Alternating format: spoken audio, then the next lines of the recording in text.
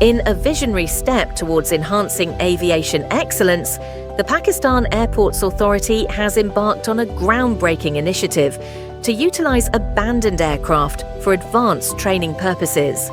This bold move aims to modernize the Civil Aviation Training Institute in Hyderabad, ensuring it remains a beacon of knowledge and skill development in the region. To bring this vision to life, the responsibility was entrusted to the logistics branch of the Pakistan Airports Authority.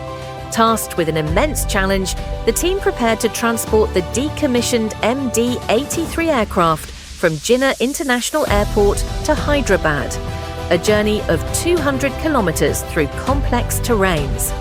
The MD-83, a 150 feet long, a marvel of engineering, is no small task to move.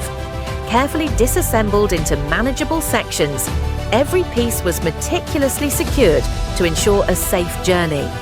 The convoy embarked on its journey, navigating through the bustling streets of Karachi. Public curiosity and tight urban spaces added an extra layer of complexity, requiring exceptional coordination and patience. Tough turns and sharp corners along the route tested the skills of the transport team.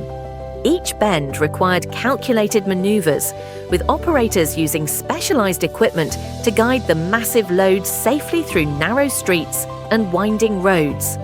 From city traffic to rural roads, every phase of the journey presented unique difficulties. Bridges with height restrictions and crowded public areas were tackled with resilience and determination. After a grueling journey spanning hours of meticulous planning and execution, the MD-83 aircraft finally arrived at Hyderabad. This milestone marks the beginning of a new era for civil aviation training in Pakistan. With this initiative, the Pakistan Airports Authority reaffirms its commitment to innovation and education in aviation.